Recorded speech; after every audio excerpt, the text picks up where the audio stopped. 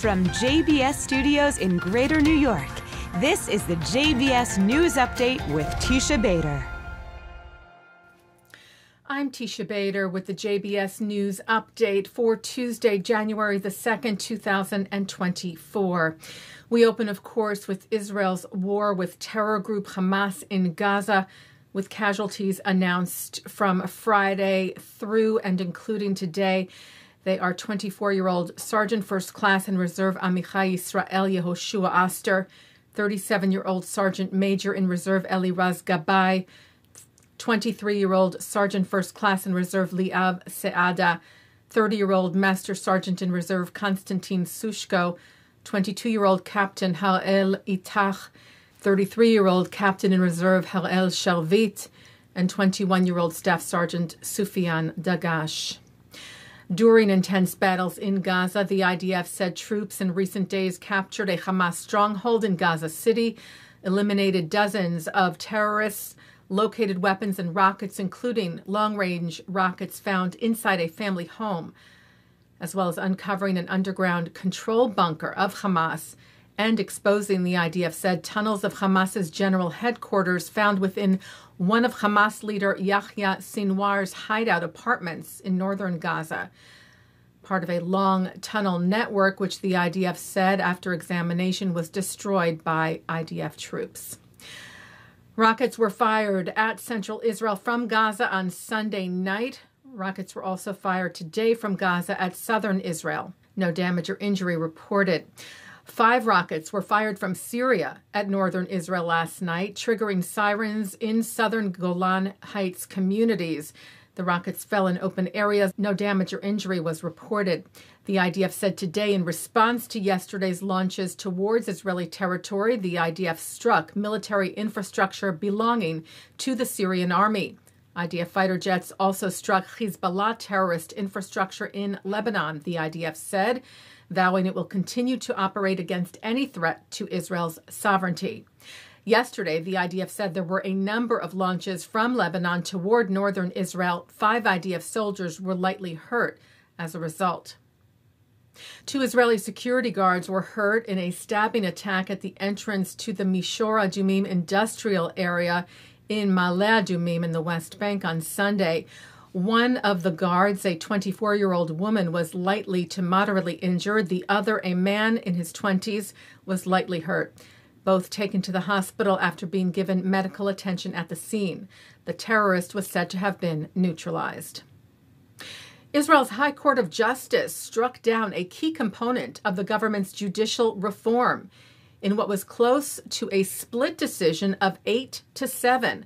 The court voted in favor of overturning the Reasonableness limitation law, which was passed by Israeli Prime Minister Benjamin Netanyahu's government back in July.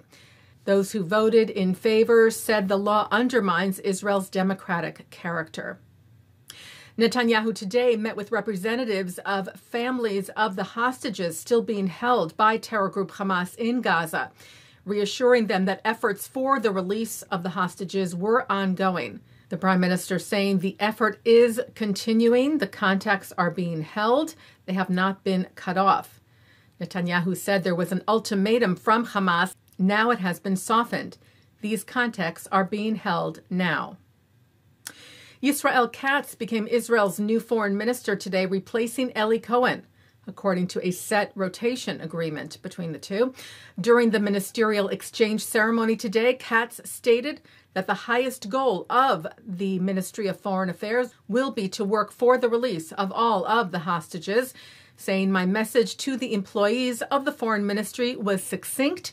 In the first order of priority, the hostages, the hostages, the hostages. This is our commitment to the people and families."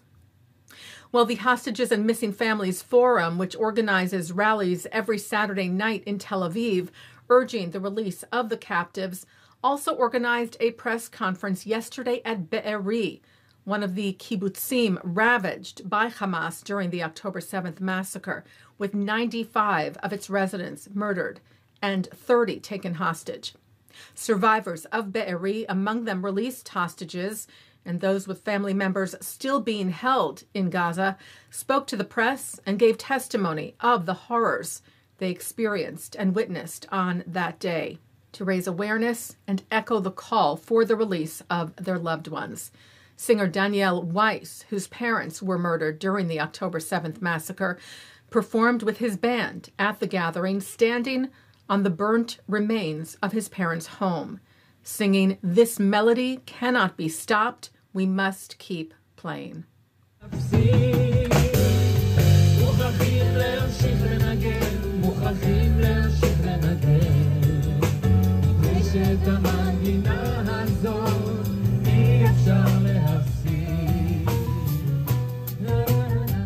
Taking a look now at our programming for tonight on JBS. For Tuesday, January the 2nd at 7 o'clock, Shahar Azani speaks with an IDF Paratrooper Special Forces reservist who shares his experiences from fighting on the front lines in Gaza.